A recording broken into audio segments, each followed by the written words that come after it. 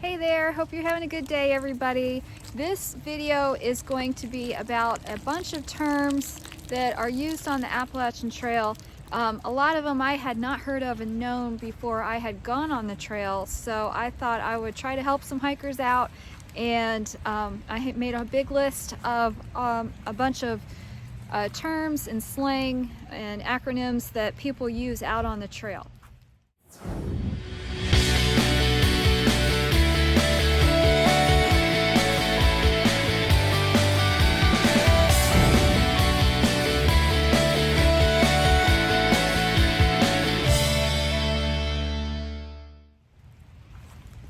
All right, so there is a bunch of them. So I'm going to go over some of my favorite ones, and so that you're aware of what certain things mean out there, because it's almost like having your own language out there with this Appalachian Trail and hiking in general. Through hiking, it's just they've come up with a lot of terms. So hopefully this video will help you be in the know. So here we go. There's a bunch.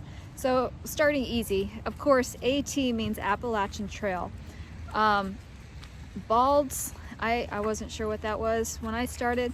Balds are areas on top of the mountains that are big and exposed. So that would be the top of mountains.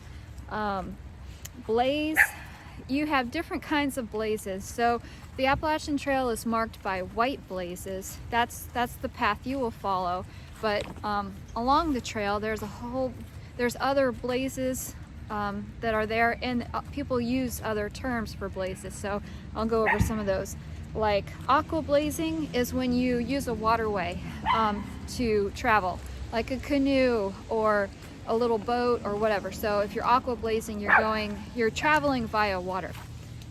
Blue blazing leads to a water source. That's going to help you get to a water source so you can get some water. Pink blazing is when a hiker wants to hike with a female, so they'll either try to hike faster to catch up with her or do what they can to hike with her. That's pink blazing. Yellow blazing, that is frowned upon, I will say. Yellow blazing is when you are using a car, so like the yellow blazes on a road. That's when your yellow blazing is referring to usually skipping part of the trail via car, and that is, if you're trying to be a purist out there, that's a big no-no. Then the white blazes, of course, that's the Appalachian Trail route. That's the one you're going to follow. AWOL, that's the AT guide. It's AWOL. He updates that source every year. It's a pretty good source to use. You can get a PDF form. That's what I've done and gotten, and they have a lot of information about the trail and about towns and resources. Good thing to get and good thing to have. You can also get a hard copy. Bounce boxes. So a bounce box is a supply box that you can get at the post office, but if you don't need to resupply at that time, you can bounce it forward to another post office further up the trail, so you can use it then. You can't open the box, so if you've mailed yourself a box, you don't need to resupply. You just have the post office, and they do this for free, they'll bounce it forward. That's a bounce box.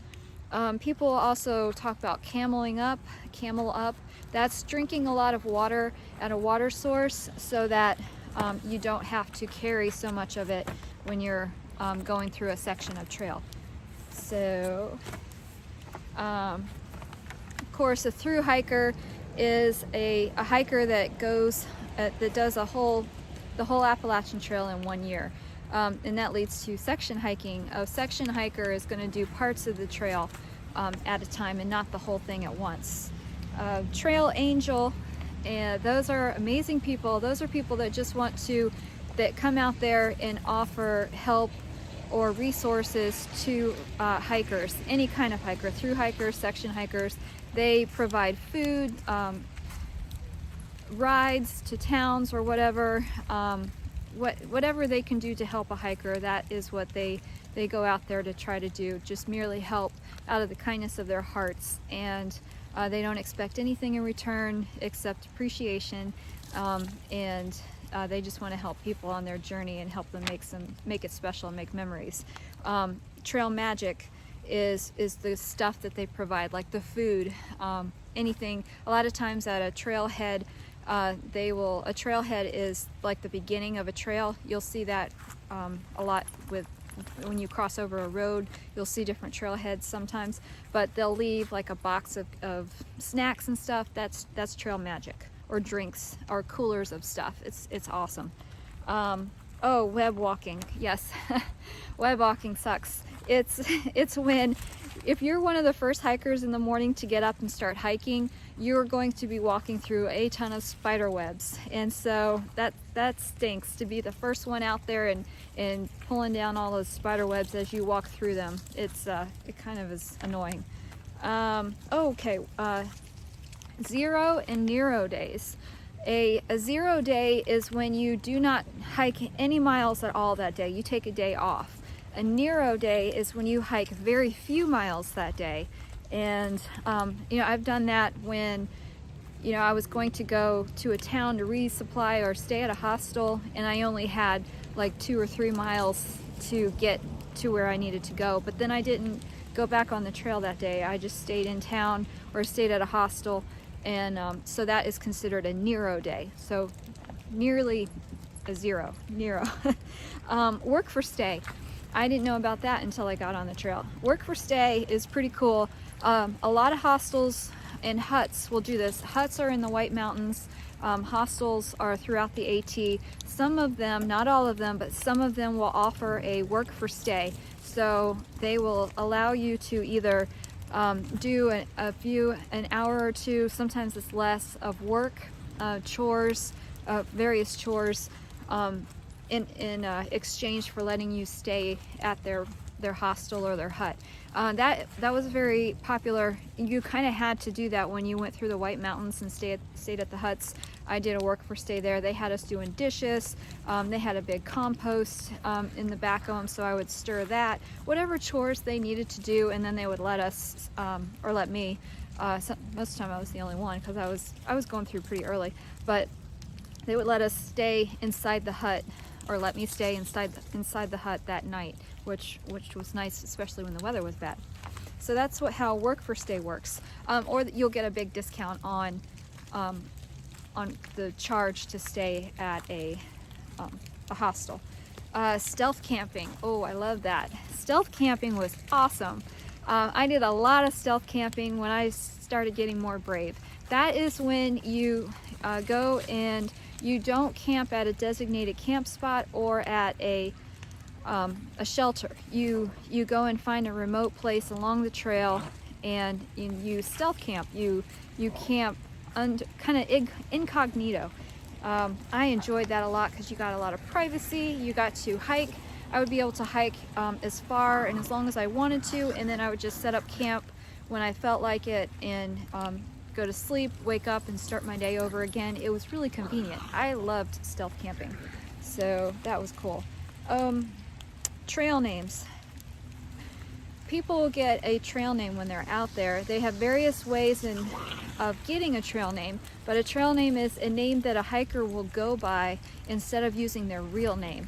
My trail name that was given to me was Ultra Runner, and I went by Ultra for short.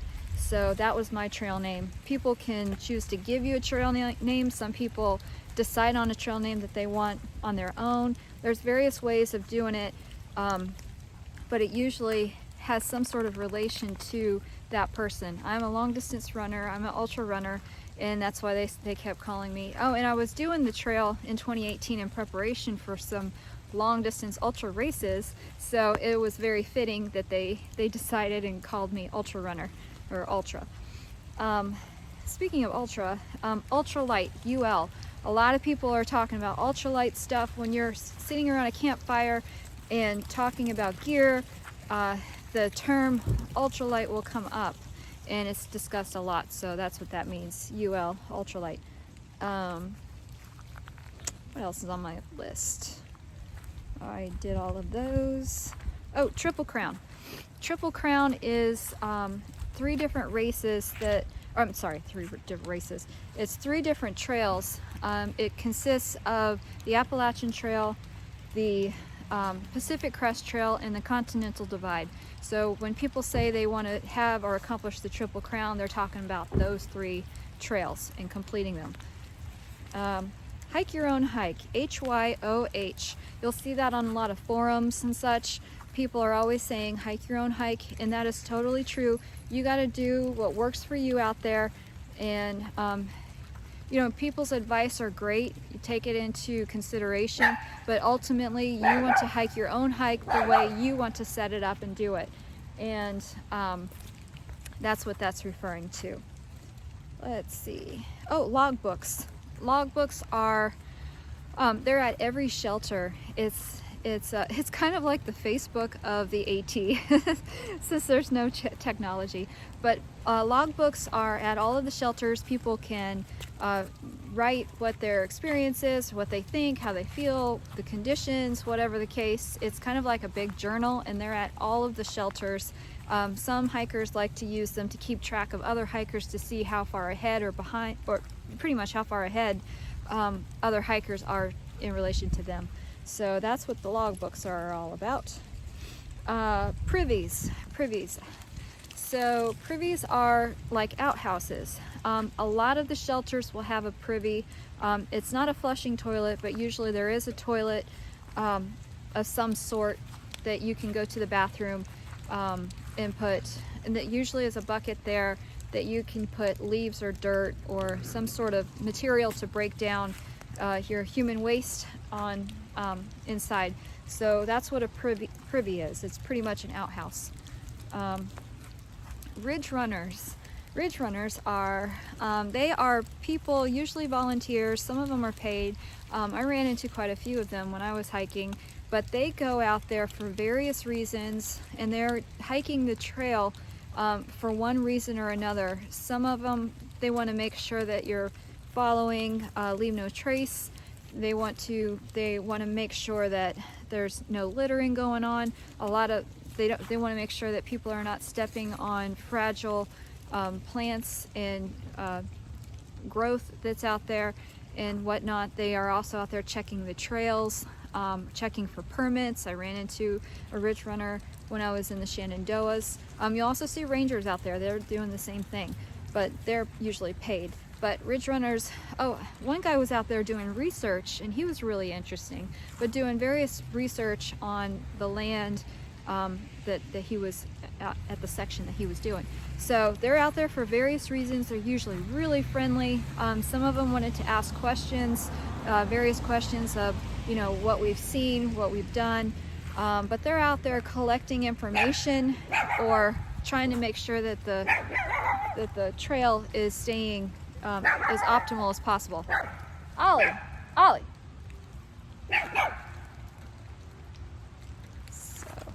Oh, and I went over slack packing. Slack packing is when you do a section of the trail without your pack. So you can, a lot of hostels will offer this. Fresh Ground helps out with this. You can leave your stuff, your pack, at a location, and then you hike the portion of the day that you want, and then meet up at the end and get picked up and get your stuff back or get taken back to the hostel or whatever the case is. You make arrangements, but that's pretty much hiking that day without your entire heavy pack or your all of your contents. You're carrying just like a day pack, just what you're going to need for that day. So it's a lighter load, and you're able to cover some bigger miles usually.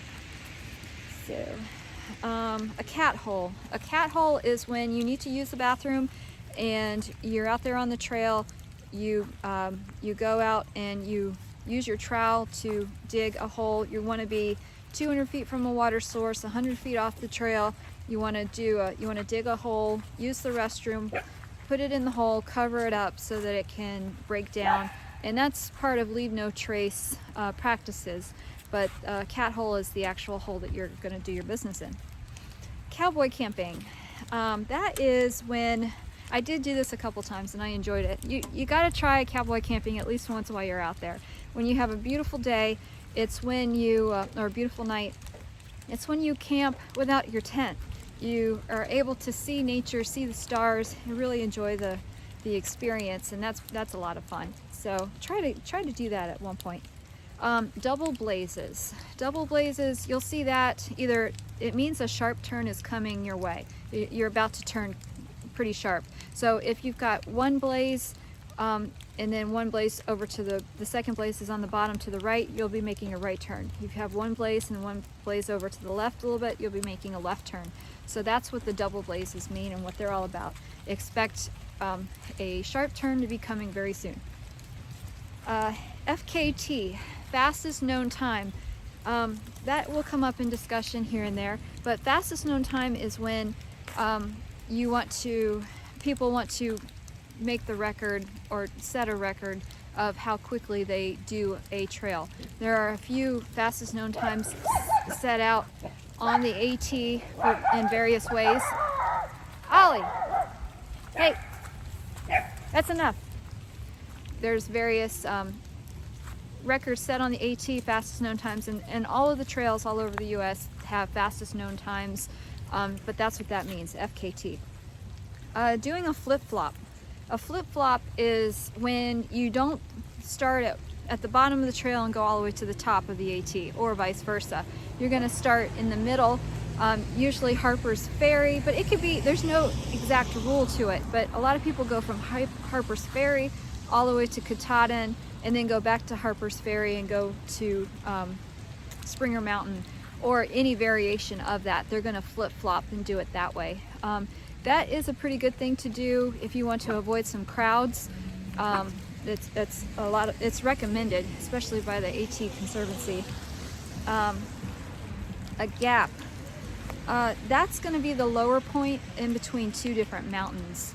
So if you've got peaks, and then when you get to the valley is known, and you'll see this, it's known as the gap, but you'll see that all over the AT guide, and that's what that means. Oh, the green tunnel. Yes.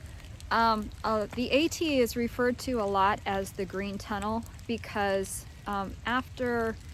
when spring hits and everything is blooming, all the trees and the leaves, you're walking through pretty much a green tunnel of vegetation. So that's what they refer to the AT a lot. You'll see that on forums and people referring to it as the green tunnel.